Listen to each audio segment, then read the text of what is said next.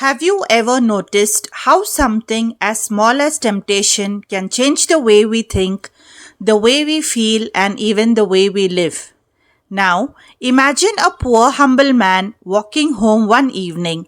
He bends down and suddenly finds a globe of gold.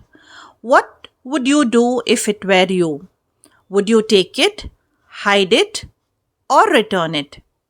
Hello, students. Today we are going to explore one of Bankim Chandra Chattopadhyay's most meaningful short stories, The Globe of Gold.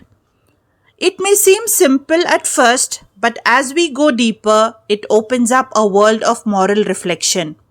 It's not just about gold, it's about greed, conscience, and peace of mind. Let's unfold this story together and see what Bankim Chandra truly wanted us to understand. The story begins in a small village. Our main character is a poor Brahmin, a man who lives in a quiet, honest life. He owns little, but his heart is content. He prays, eats modestly, and goes about his day peacefully. One afternoon, as he walks along a dusty road, something glitters in the sunlight.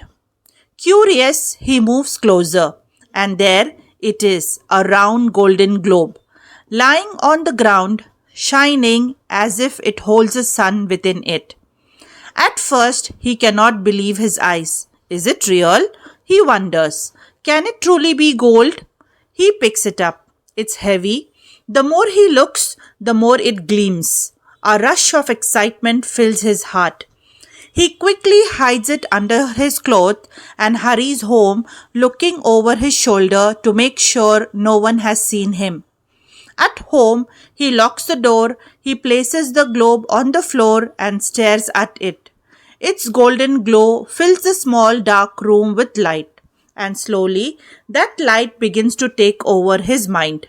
Students, here's where the psychological conflict begins. The Brahmin is not a thief, not a greedy man, yet the sight of gold awakens something within him. He begins to imagine all that he could have: new clothes, a bigger house, food, comfort, and respect. For a moment, he feels powerful, but that power quickly turns into fear. What if someone saw me? He thinks. What if the owner comes looking for it? Or what if the police find it and accuse me of stealing?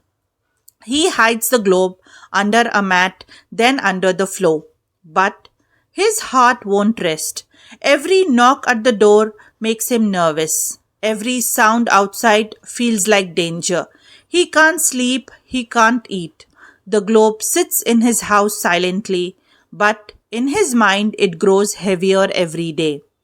And this is what Bankim Chandra shows us so beautifully, how greed does not have to show through action. Sometimes it lives quietly inside our thoughts. Even the desire to possess something can steal our peace long before we can act on it. Soon, the Brahmin realizes he has lost his peace entirely. His joy is gone, his prayers feel empty, and his home feels suffocating. Finally, one morning, he decides to end his misery. He takes the globe, walks back to the road where he found it, and throws it away. He stands there for a while, breathing deeply, and for the first time in days, he feels light again. The burden of gold is gone, and with it, the burden of greed. He returns home empty handed, yet truly free. Now, students, let's pause and think. What does this story really tells us? On the surface, the globe of gold is a simple tale, but beneath it, there is a deep moral and psychological truth. The golden globe is not just an object, it is a symbol. It represents temptation, material desire, and the illusions that makes us restless. The Brahmin struggle is the human struggle between what we want and what our conscience tells us. Bankim Chandra does not punish the Brahmin. He doesn't make him lose everything or face divine punishment. Instead, the punishment comes from within, through his own guilt, anxiety, and fear. And the redemption also comes from within, when he finally decides to let go. That's what makes the story timeless. Even today, we face the same moral battles. When we chase wealth, power, or social approval, thinking they will make us happy, but often those very things steal our peace just like the Golden Globe did. Bankim Chandra's message is clear. Peace of mind is greater than material wealth.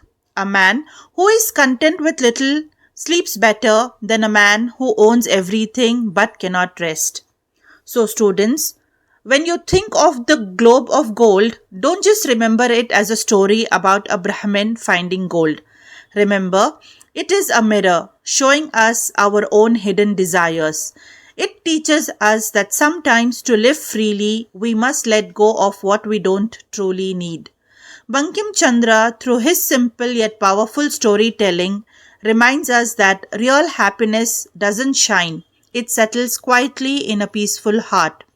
Thank you for listening, and remember, the greatest treasures in life aren't found on the road, but in the calmness of your mind. If you have understood this explanation, please like, subscribe, and comment below and share it with your friends. Thank you for watching.